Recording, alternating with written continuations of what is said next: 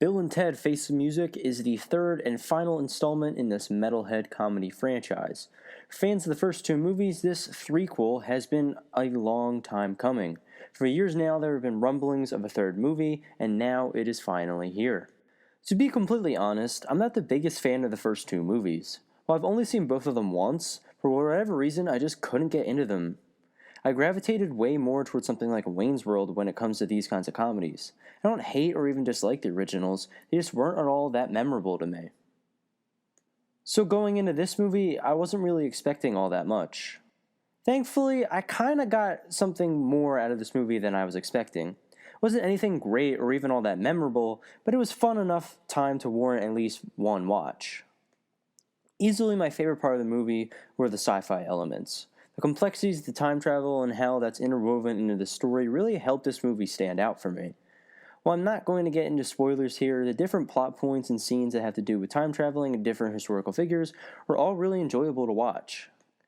Keanu Reeves and Alex Winter are as likable as ever, and their chemistry is pretty solid this time around. Nothing about either of their performances really stands out, but they were likable enough. That kind of sums up my thoughts about the entire movie. The humor, the direction, the characters, the story. Other than the sci-fi elements, the movie was just decent enough. I was chuckling a few times, there were some character moments that were sweet, the daughters were likable enough. I just don't have the love for this franchise that I feel like other people have. That being said though, I did enjoy my time with Bill and Ted Face the Music. There was never a point in the movie where I was hating what I was watching or anything like that.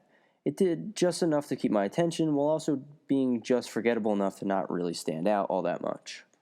While this movie may not really be for me, I certainly can see why other people would be really into it. There are moments that are generally made me laugh, the sci-fi stuff is cool, some of the ideas that are played around with in this movie are interesting.